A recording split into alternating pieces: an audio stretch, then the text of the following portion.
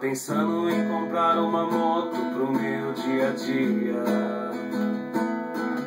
Tava pensando em pegar uma moto pra minhas correrias.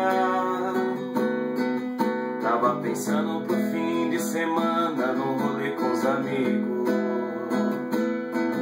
Tava pensando em algo diferente que mexesse comigo.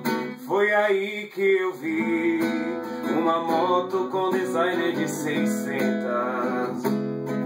Sua beleza parecia até coisa de outro planeta.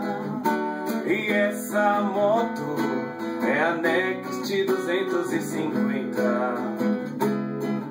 Nunca pensei que no Brasil tivesse moto assim tão correta.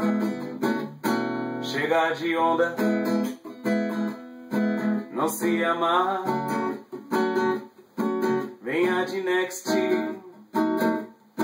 seja o cara. Chega de onda, não se amarra, venha de Next, seja o cara. Salve galera da Next, é nóis.